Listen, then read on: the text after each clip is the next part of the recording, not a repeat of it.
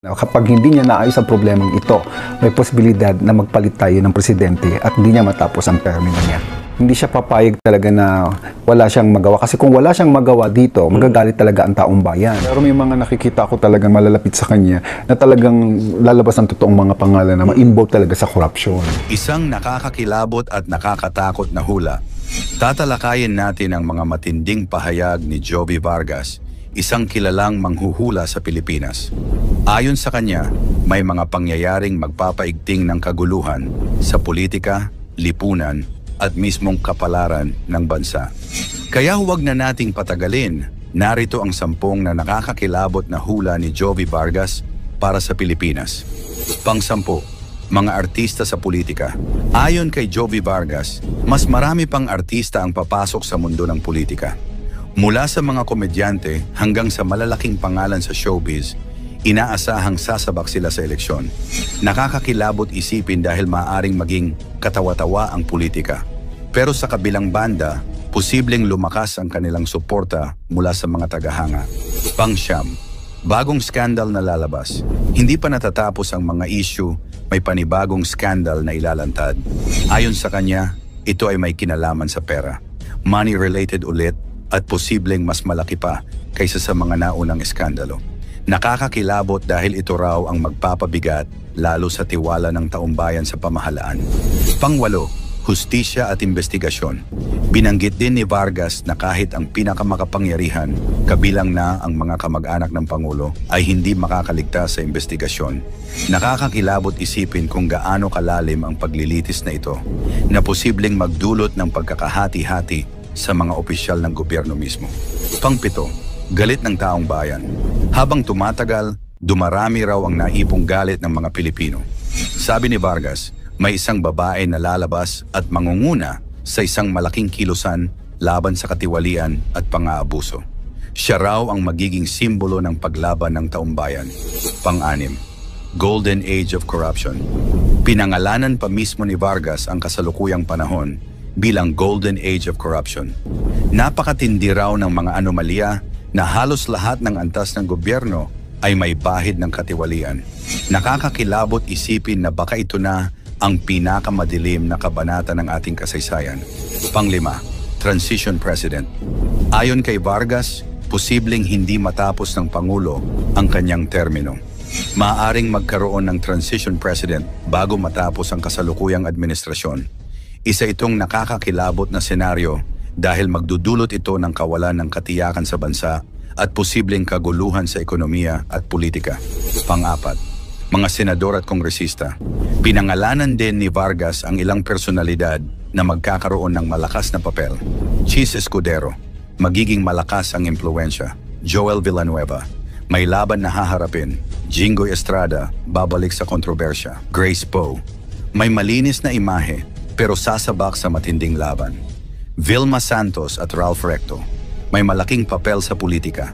Bato de la Rosa, haharapin ang kanyang mga sariling issue. Salceda at Romualdez, lalong sisikat sa politika. Nakakakilabot dahil malinaw na mas lalong lalalim ang hidwaan sa loob ng Senado at Kongreso. Pang-8, mga rally at protesta. Magiging mas malakas pa raw ang mga kilos protesta. Hindi lang simpleng pagtitipon, kundi posibleng kasing lakas ng people power ang mangyari. Ayon sa kanya, mas marami pang Pilipino ang lalabas sa lansangan para ipaglaban ang kanilang karapatan laban sa katiwalian. Pang-2, posibilidad ng pagbagsak ng Pangulo direkta niyang sinabi. Kung hindi maayos ng Pangulo ang mga problemang ito, may posibilidad na hindi niya matapos ang kanyang termino.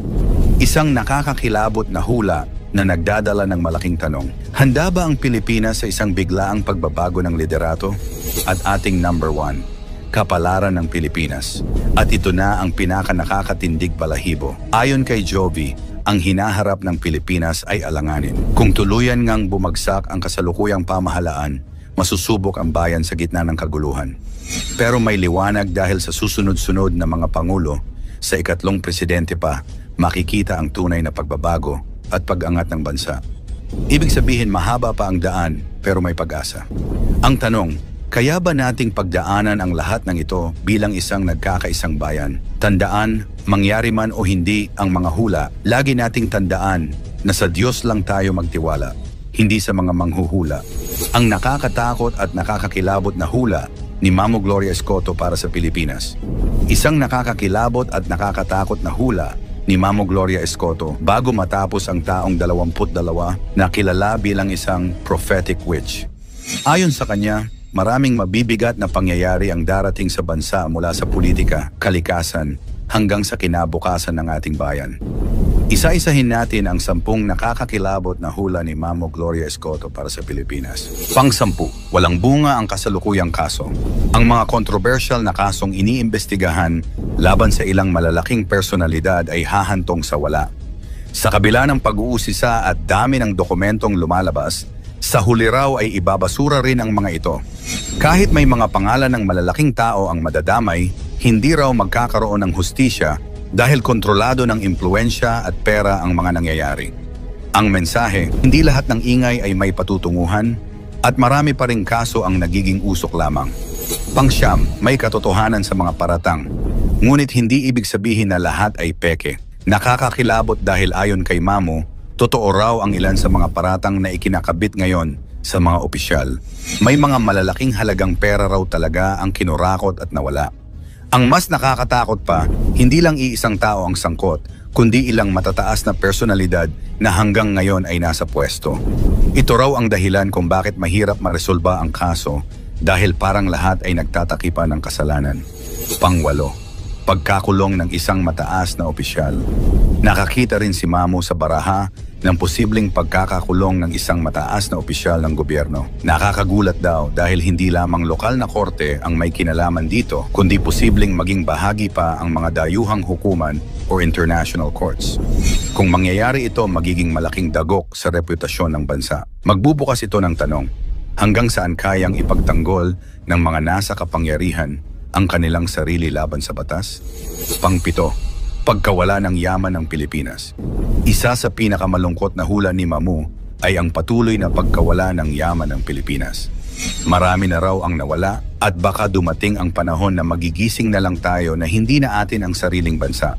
Ayon sa kanya, hindi ito laging dumadaan sa mata ng publiko. Maraming ari-arian at likas yaman ang tahimik na naibebenta o naipapasa kamay ng mga banyaga.